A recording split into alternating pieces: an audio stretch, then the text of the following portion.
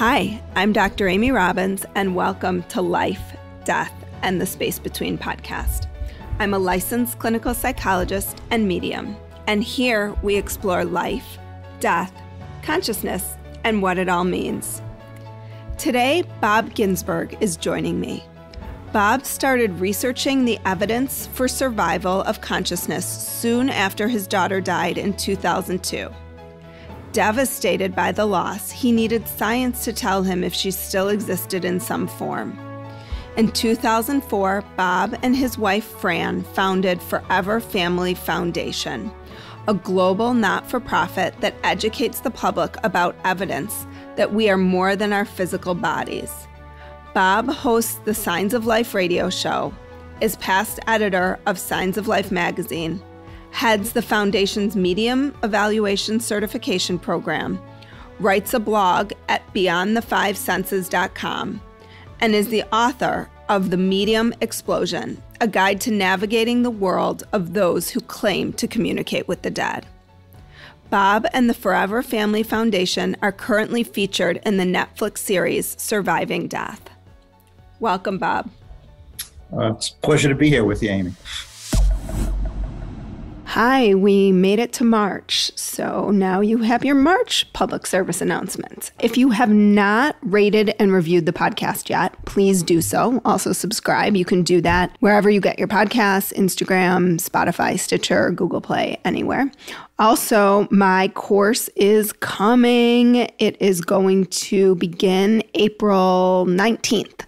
So that will be the first day of the course. If you are not signed up for my newsletter yet or have not put yourself on the wait list for the course, you will not hear much about it. If you are on my newsletter and wait list, you will hear a lot about it. So make sure you do that. Sign up at dramyrobbins.com.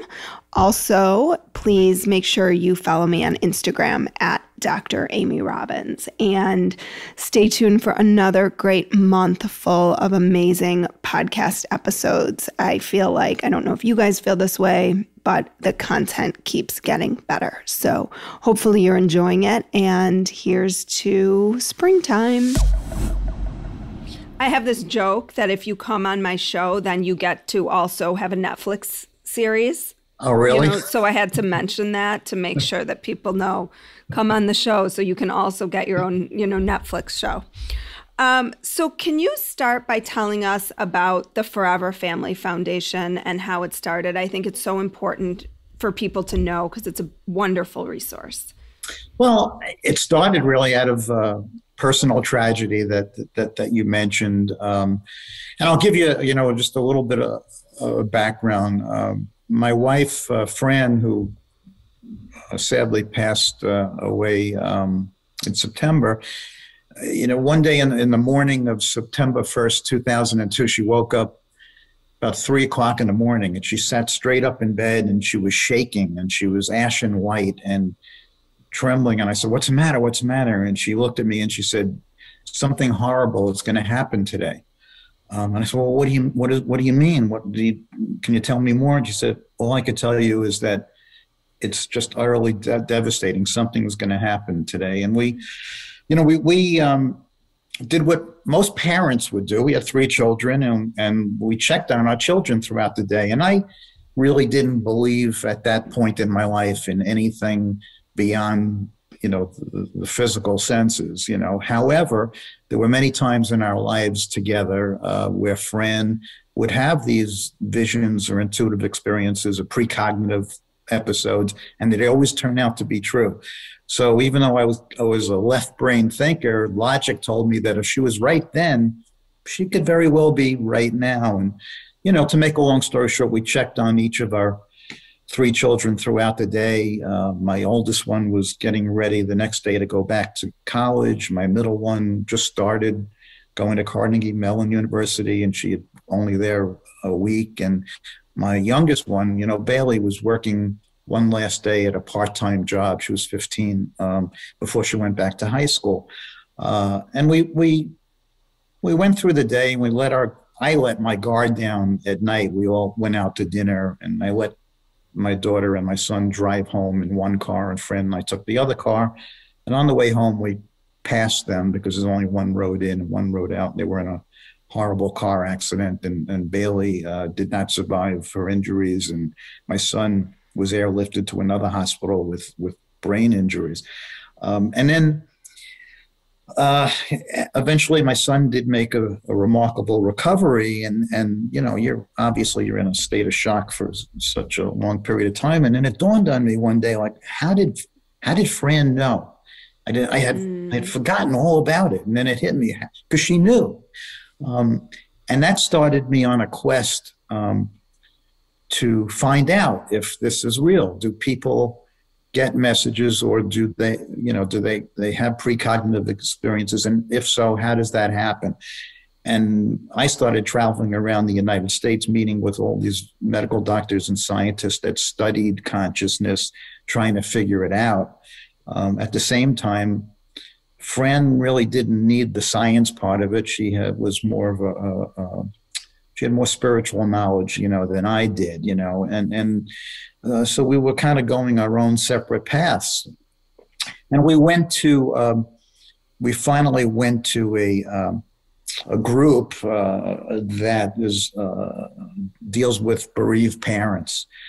And we noticed that every time we would sit in this group and either Phran or I would bring up the subject of life after death, the moderator would shut us down and say, wait, we don't talk about those things here.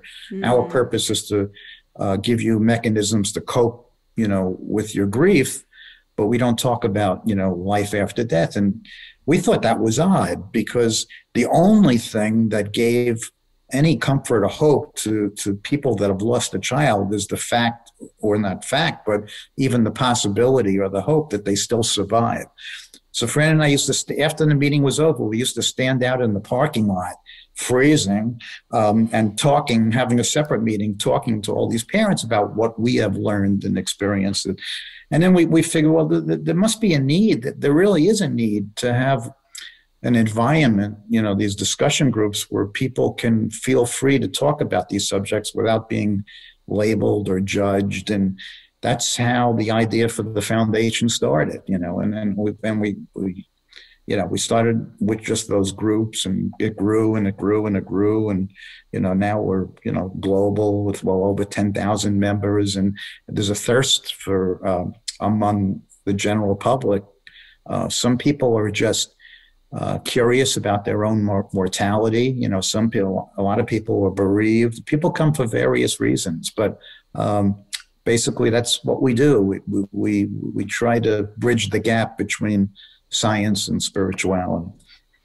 Sounds like we're on similar journeys. Yeah, I think we are. So tell me a little about this medium explosion. I love the title of that book, because I think that's what it's been like in the past, I don't know, I would say 5 to 10 years.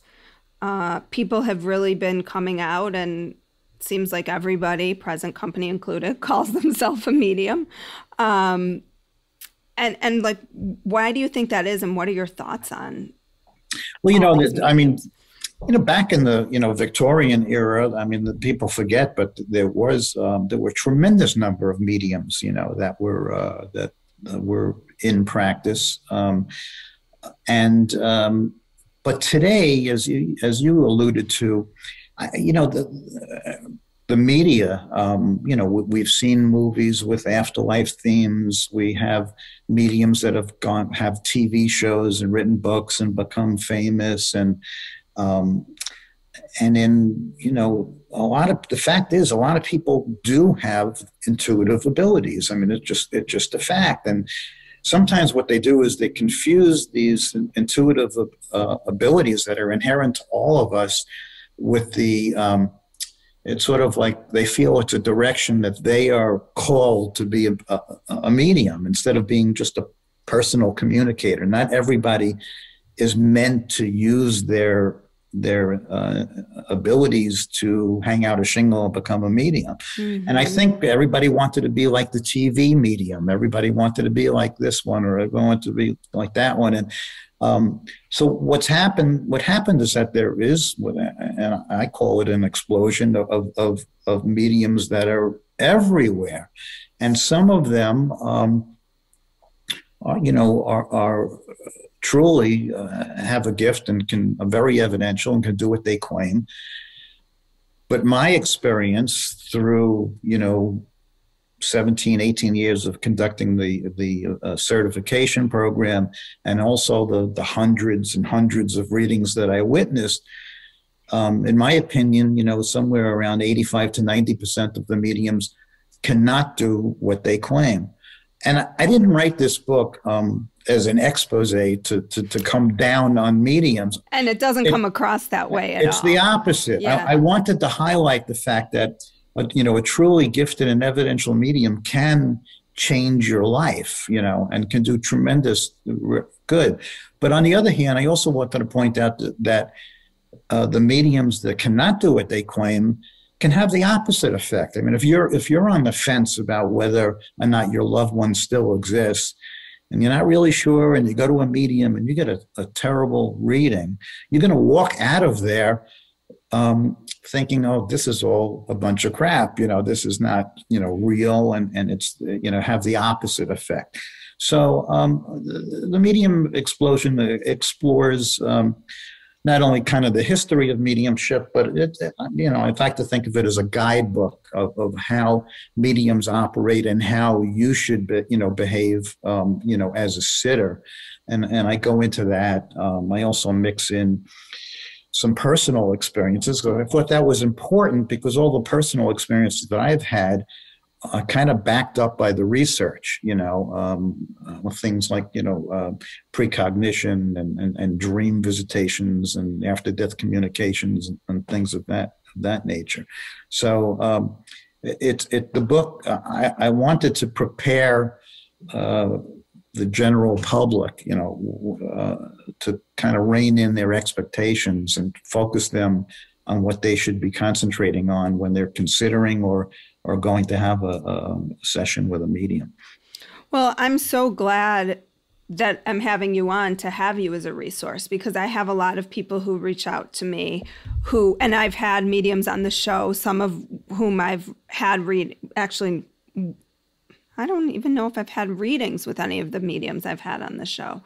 But it's hard to endorse someone unless you've had a reading with them, that they're saying they are that. And so what, in your mind, what makes a good medium, or an accurate medium, I guess might be the better term? Because I agree with you. And part of why I don't do the work of mediumship is, one, I don't feel like I'm called to it. I think I'm sort of someone similar to you, as you describe in the book, who gets messages and then I just give them to the people who they're meant for and kind of move on with my life.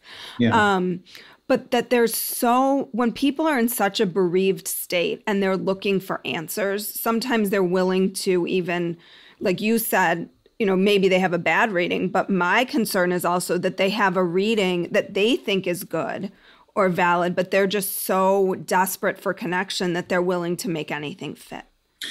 It's true. And a lot of people are very aware of that. So, the desperation. I remember I was one of those people, sitting from a meeting, and I so desperately wanted my daughter to come through, in any way that, I would sometimes, kind of make things fit that I shouldn't have, because they were very vague and general statements.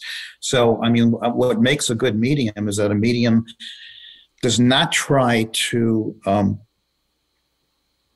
interject their own conscious interpretation. They simply get information and then they give the information.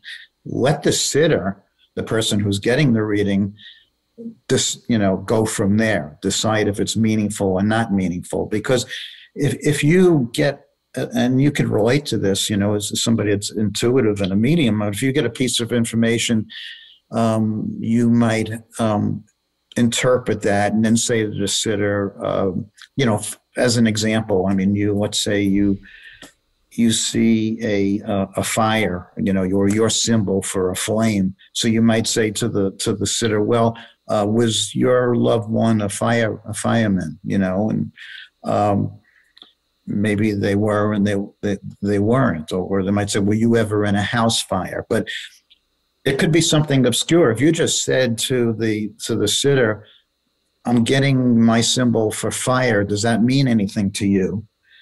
The sitter will understand if it's meaningful or not. Rather, no, maybe their father was not a fireman, but yet fire is very meaningful to them. So I think when mediums get into trouble is they try to interpret too much.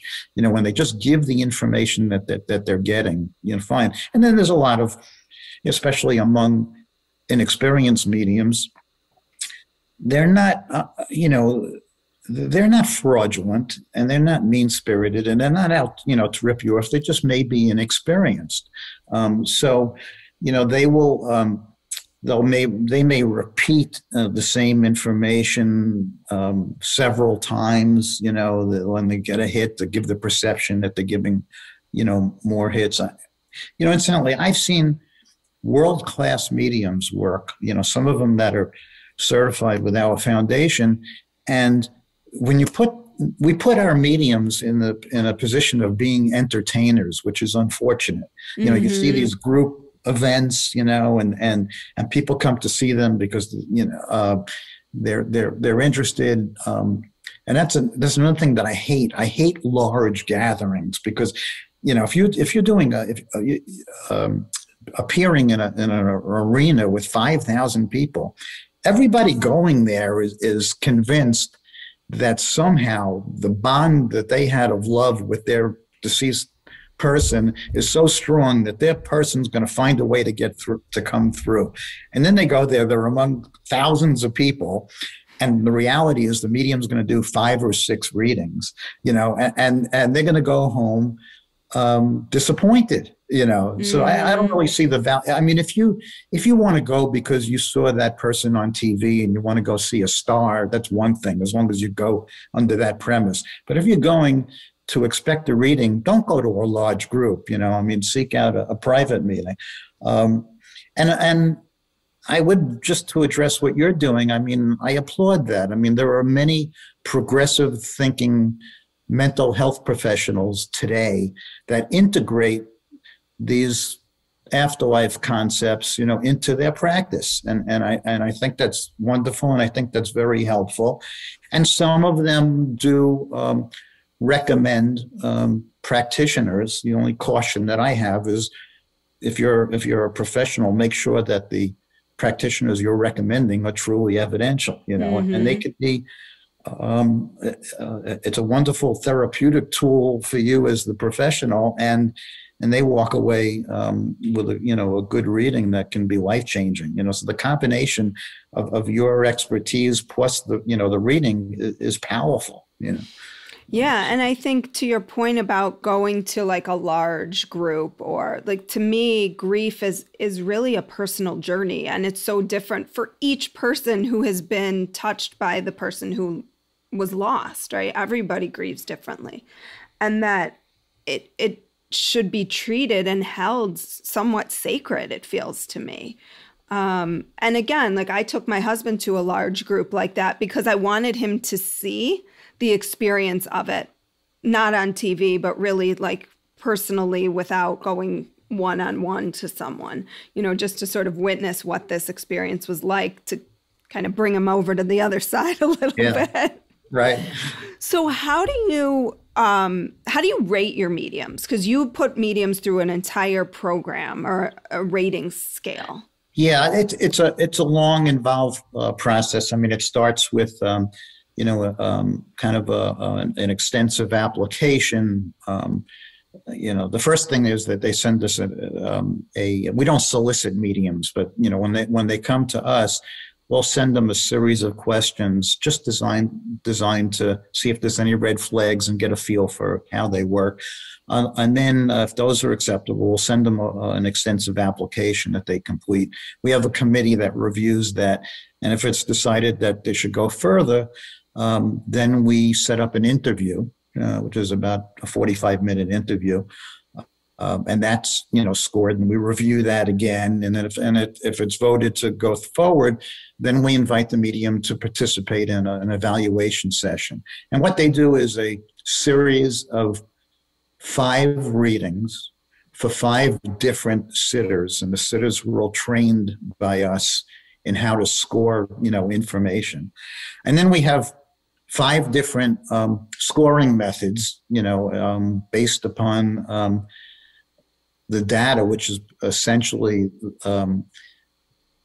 scoring all the pieces of information given by the medium and the ones that were accurate. In other words, hits, misses, or maybes. Maybe the sitter is not in a position to score it either way. They just don't know. Then we have certain, for each of the 5 scoring methods, we have a minimum proficiency level, and those that are able to meet the guidelines are granted certification, which lasts for 4 years. And it's not a perfect system, but we found over the, since 2005 that we're doing this, that the mediums that have gained certification have gone on to participate in mediumship research and have a large, following and so forth. Having said all that, we set up the medium certification program as a resource for the bereaved. And not as a way to grow Instagram followers. Yeah, but the reality is that many of the mediums that we certified have become famous. So they have TV shows, they've written books, they do these large venues, they've been in film. So, and then what happens? It's the business side of it. They either stop doing readings, or they have a 3-year waiting list, or they charge obscene amounts of money. And that kind of defeats the purpose of the whole thing. So because you're bereaved, you're in horrible grief, you want to go see a medium, you call the medium and, okay, I can get a reading in 2024 and it's going to cost me, $800. So that doesn't do any good. So the answer to that is we need to, we're an all volunteer organization, so it's hard, but we're refocusing our resources on gearing up this program so we could evaluate more mediums that aren't famous but are great, and then we could add them to our list and give access to more people. That's what we need to do. I love that. It's so purpose-driven. Like, really, it feels so intentional to me that you're there to serve people who are bereaved, not make people famous. Yeah. And then, and a lot of people, and you've probably heard it too, and they'll say, well, why do mediums, charge money? They're working with the bereaved, they're doing kind of spiritual work. But mediums are just like us. They have houses and they have mortgages and they have cars. And right. They would, in a perfect world, they would love to work for free. But if they were, wealthy, they probably would, but, they can't, so, that doesn't mean that I think mediums should always be aware of the desperate state that a lot of the sitters are in, and that they will go anywhere and spend any amount of money for the prospect of talking to their loved one. So I think I know that you're famous and I know that it's supply and demand, but you always have to be aware of of the desperation of the people who seek your services. Mm-hmm. Yeah, I agree. And what are your thoughts on, so do you work with Windbridge Institute? Don't they do something similar with radio mediums and things like that? Yeah, and Julie Beischel, with Windbridge is on our board, and I'm also on their board. And the difference is that they conduct formed scientific research. We don't. Forever Family Foundation promotes research, and we educate the people. We're more of an outreach, type of organization. We believe that we want to educate everybody about the evidence that suggests we're more than a physical body. So Windbridge, in their certification program, and incidentally, there's a lot of some of the mediums on our list are also, a lot of them are on their list too. But they conduct their certification using blinded sitter protocol, where there's a proxy sitter that sits in place of the actual sitter, to eliminate the the prospect of the medium reading the sitter's mind. Oh, wow. So they're like a double blind or something. They actually do a quintuple blind study, in some cases. So they conduct formal research, which we respect, but we don't get involved in. We'll do informal, just for my own interest. We'll do informal surveys and studies and things, but nothing that could be published in any peer-reviewed, journal. Mm-hmm.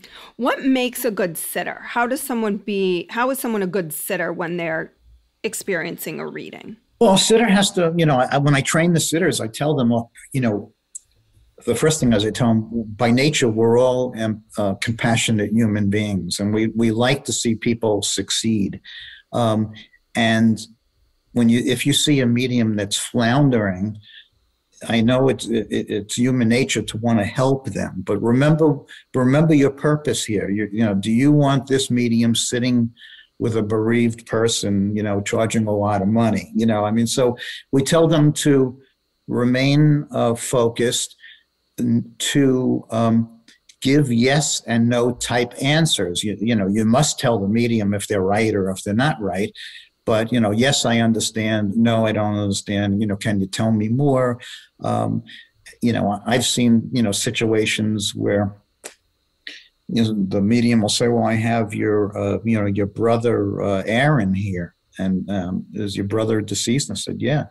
The sitter will say yes, and then give Aaron's whole life story. Oh, yes, Aaron was a musician. He played hockey. He did this and he did whatever. It's not fair to the medium either. That let them give you the information. Isn't that a lot more meaningful than you telling them? I mean, I've seen sitters. That's called a therapy session. Yeah, exactly. And I've seen them actually sit. And I have to tell them this. They'll sit in front of the medium wearing a locket with a big picture of their deceased loved one clearly visible. That's. Hide that. You want them to bring it through. So we teach them also the difference between a general piece of information and a very specific piece of information. Now, if you're giving me a reading and you see my age, my approximate age, and you tell me I have a grandmother in spirit, I would have to mark that as true, because I do have a grandmother in spirit, but hell, my grandmother would be 140 right. years old. She wasn't in spirit. She'd be the oldest living human right now, so. Yeah. So, so what we do is when we score it, we weight specific evidence more heavily than general truthful statements. So if you're giving me a reading and you say, I have you're saying to me, I have your mom, Isabel here, and my mom's name was Isabel, that should be scored a lot more heavily than saying, I have a mother or a grandmother in spirit, because it's specific information. So what about I have a mother here that sounds like it starts with an I, is that considered good, or is that how does that work? Because I feel like sometimes people are like, is it a G initial, right? I'm getting a G initial. Well, your last name is Well, yeah. I mean, and that's a good question, because what happens sometimes I say, I think I mentioned in the book, they play an alphabet game, especially in the group setting. I got an A, I got an E, I got I got a U. So when somebody's going to relate to it. But bear in mind that a lot of great mediums don't get names very well. So they'll get a communication that sounds like a G sounding name. So they might say, I mean, is there a George or a Gus or something, and be along those lines. And I don't have any problem with that, because they're trying to hone in, and if they get the one specific, letter, and they start mentioning a couple of names, and yours is one of the name, I mean, that's fine. I mean, on the other hand, there are mediums that will, they'll go through a million names and a million different letters, right. And with a lot of common names. I have a John, I have a Tom, I mean, all of us have somewhere along the line a John or a Tom, so, so, Right. So yeah, we tell our sitters, and it's also important for the sitter to let the medium know if something's wrong. I've witnessed readings in our certification program, and each reading is only 15 minutes in duration. So the medium will say, I have your deceased mom here, and the sitter doesn't acknowledge, that the mom, that she has a mom that's deceased. And then the medium spends the whole 15 minutes giving information from her deceased mom when her mom is very much alive. So the whole, it's not fair to the medium. If the sitter would have just said, no, that's not, I don't understand that, or my mom is still alive, he could have gone back to spirit and done, shifted courses. So it's important. It's always important to let them to give the medium information about if they're on the right track or what's, they need to know whether what they gave you. Nothing wrong with telling them that it's not true. So, but you have to let them know one way or another. Mm-hmm. It's different than volunteering information. And the medium should not be interviewing you and asking you questions. They should be giving you information. So it isn't wrong if they say, I have your deceased mother here, and you're like, well, my mom's alive. Like, is that a point against them that they, like, what are they then? Or do they go back and say, oh, well, it might be a grandmother. And then you're sort of like, well. Yeah, well, right. Then you're like, well, you just said it was my mom. Now it's my grandma. Like, yeah, well, that happens a lot, actually, because they'll say I have, and they'll always qualify it. So they'll say I have your mom here in spirit. Does that make sense to you? Now, if your mom is still alive, you would mark that as a miss. It's a clear miss because they're saying that your mom is deceased and she's not. But when you say no to the medium, then the medium say, well, that's the way I see things. It's a mother figure. So that could be mom, aunt, guardian, friend, teacher. So to me, that's a little sketchy because it seems like you're making an excuse. Now, on the other hand, I could see the connection with mom and grandmother. They probably come through with the same kind of energy, but once they broaden that spectrum out, I get a little skeptical about that. So, but that does come up a lot. In your opinion, when is the best time for someone to seek out a medium, and how frequently should they do it? Well, I'll answer the second part first. I mean, there is a problem with people getting addicted to mediums. It becomes their lifeline, and I mean, you could probably relate as a clinician that they have a lot of symptoms of addiction. They get anxiety if they don't have an appointment. They crave the next one and so forth. So it can be an issue. It's not prevalent, but it does happen. And the other question is when they should seek it. There's a lot of different opinions on that, because on the one hand, you might say to yourself, okay, so you're this person, you may not even believe in an afterlife, and then you physically die and you wake up and you see that you're still alive.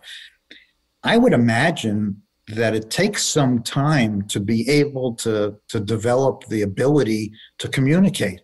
You probably need help where you are, and so, right. so a period of, must be a period of an adjustment, of learning.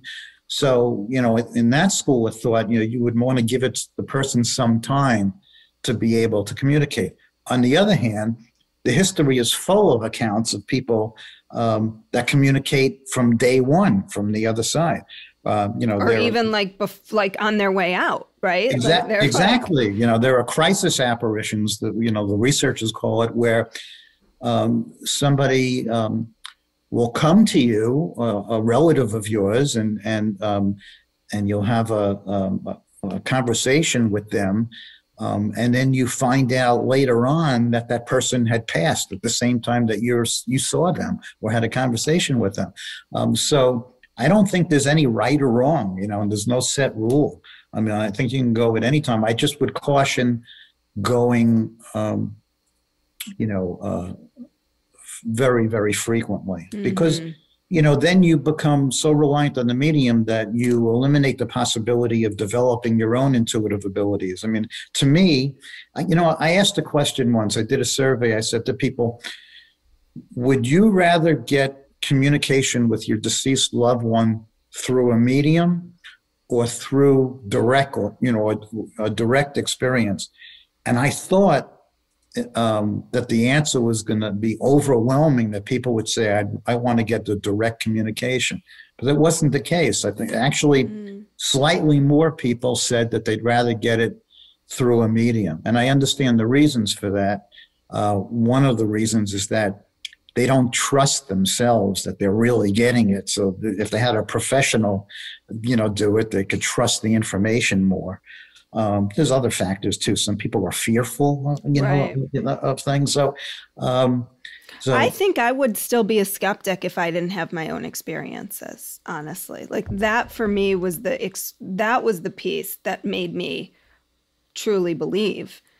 I mean, it was not even in my consciousness before I started having my own experiences. So I feel like maybe I would have gone to some bigger events. Frankly, I don't even know if I would have ever even been interested in it if I didn't have my own experiences. Yeah. So it's interesting how people kind of come to.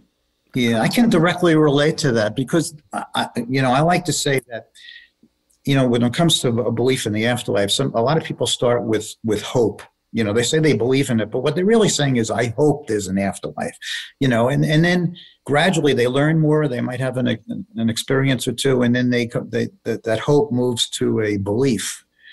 And then if they have a significant personal, transforming experience, that belief turns into a knowing.